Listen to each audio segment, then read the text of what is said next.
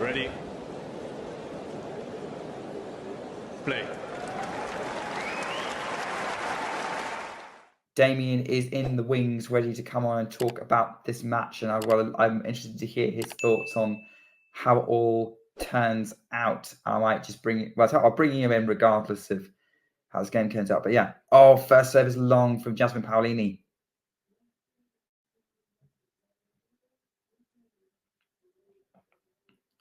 Second serve, just on the line. Huge return from Navarro. Oh no, the return from Navarro is just wide. Paolini's got a beaming smile on her face. And as Ashley says, friend of the show, Jasmine Paolini is into the Wimbledon semi-finals, where she will play Donna Vekic. And Paolini's looking very, very good right now. Giuseppe is very, very happy. And I'm very happy because it means I get to talk to Damien. Yeah, it means that we get to talk to one another. And once again, it's about Jasmine Paolini, the friend of the show. What an amazing late breakthrough as a whole. I mean, she's going to be in the top 5 after Wimbledon, regardless of what happens now. I mean, that's just insane. It's insane. It's impressive. And well, I mean, I feel like right now she would be smacking that forehand and just playing so confident on any possible playing surface. Obviously, famously, she had no main tour wins on grass prior to this year. I think that stat was a little skewed because 2 of these matches were against Kvitova at Wimbledon. So, you know, she had some really good losses in there with the sets that she took from her. But yeah, all in all, I think today, especially, Navarro started with this very good game. And I remember thinking that, okay, this is going to be a match. Navarro is probably the best grass courter overall. A friend of mine tweeted that, like, Navarro started so well. And then, boom, you know, she only won 1 game, I think, after going up to love. And of course, just in general, the way that Jasmine is moving on grass courts as well, playing such inventive tennis, you know, the way that she's kind of playing all these situational slices, lobs, net approaches, you know, a side of her game that I guess we also hadn't really seen before. I mean, before last year, I think Jasmine Paolini was mostly regarded as like a bit of a grinder with some pretty good pop on the forehand. But here, I mean, she's showing, you know, a whole new layer as well. Even after Roland Garros, it's a new layer to her game. So yeah, it's just insane. I mean, Jasmine Paolini in the top 5. Imagine if someone told you that 2 years ago. I was saying earlier in the stream, Paolini's a player I was keeping an eye on anyway because she has a history of making for good matches against top players, but she wasn't necessarily putting it together the rest of the tour like in most other matches. And this year, everything's now clicked, and she's found a way of producing a strong level against everyone. And look at her go, I guess. And, you know, your stat about no grass court wins, I mean, that sounds very von Drusova-esque. If we're it was only to like 0-4 year. or something like that, and she was winning some qualifying matches. But yeah, I mean, obviously, it's one that's been thrown around a lot since the beginning of this year's Wimbledon.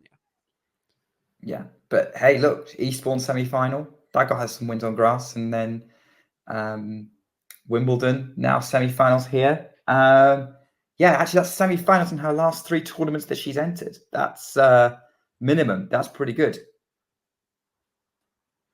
No, it's pretty good. Yeah, absolutely. It's the kind of consistency that, along with winning that Dubai title, gets you there. And of course, she had a very weird win over Madison Keys in the 4th round. We kind of need to remember about that.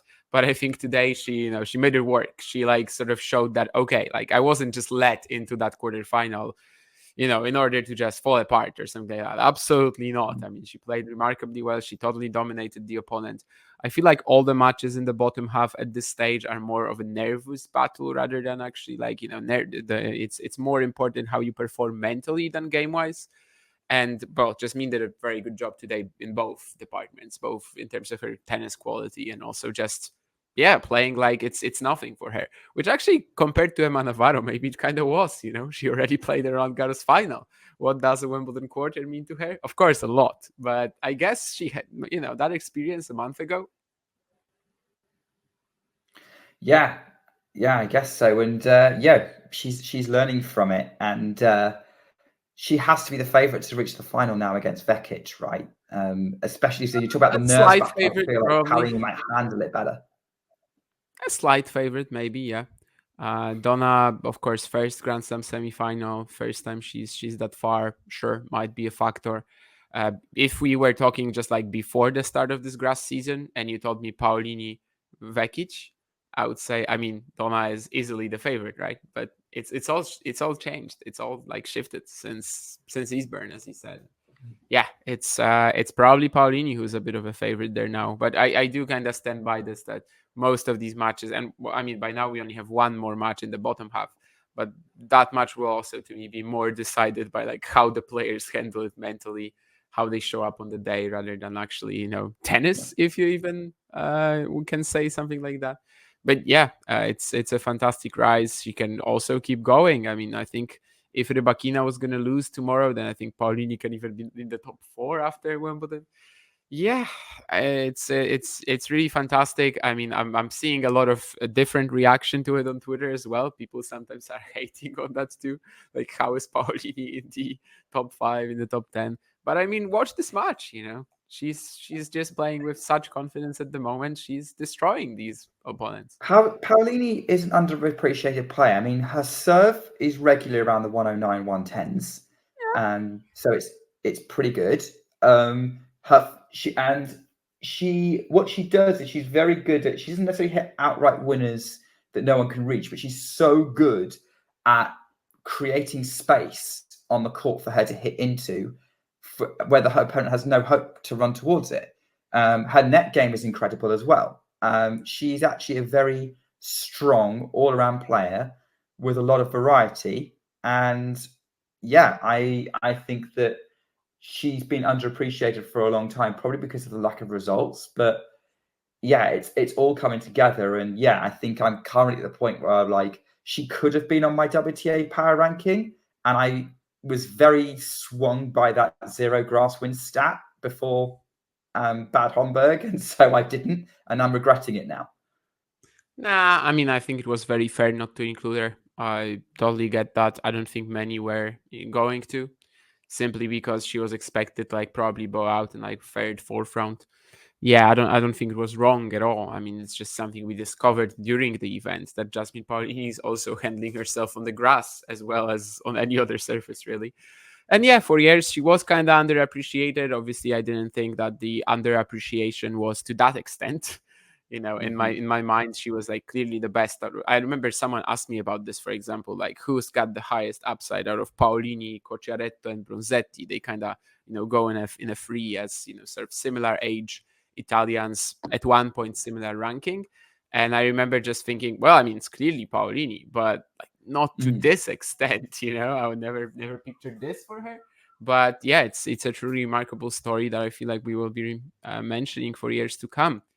That you don't necessarily have to be in the top 10 when you're 21 in order to get there. You don't necessarily have to be in your first Grand Slam final when you're 23.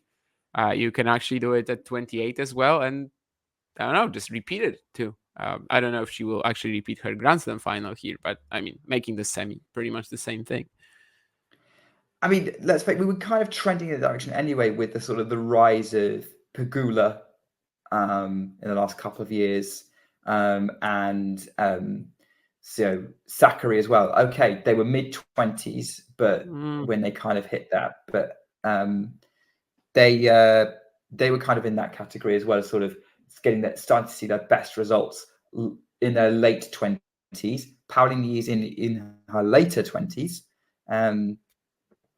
but it's not unheard of for something like that to happen on the women's tour. But yeah, Paolini definitely basically saying don't give up on your career, as is Dora Vekic as well, because Vekic has said a couple of times she's thought about retiring, but she's carried on going, and she's also in the semi-finals. And let's face it, when the section opened up, it was looking very good for her.